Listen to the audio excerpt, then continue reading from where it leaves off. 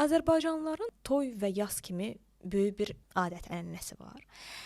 Son dövrlər ümumiyyətlə biz elə təmtəraqla qeyd edirik ki, bu mərasimləri. Hətta bəzən aralarındakı fərqi də hiss eləmək çox çətin olur. Düşünürəm ki, bu qədər tarixən şan-şöhrətli olmamışıq. Əgər doğrudan da bu qədər şan-şöhrətpərəst olmuşuqsa, biz kimə nəyi sübut eləməyə çalışırıq bu adətlə?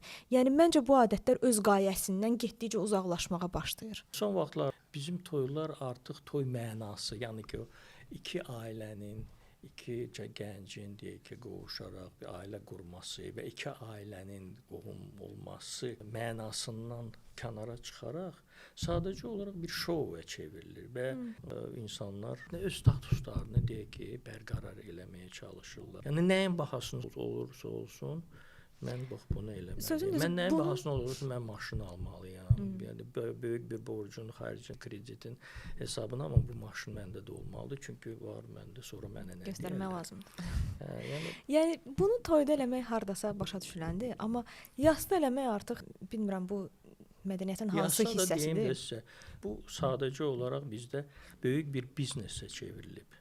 Bu o mahiyyətindən, yəni ki, rəhmətə gedənin deyək ki, yad etməsi, ehsan verilməsi. Yəni bunlar hamısı tamamilə kənarda qalıb. Çünki burada çox böyük bir biznes şəbəkəsidir.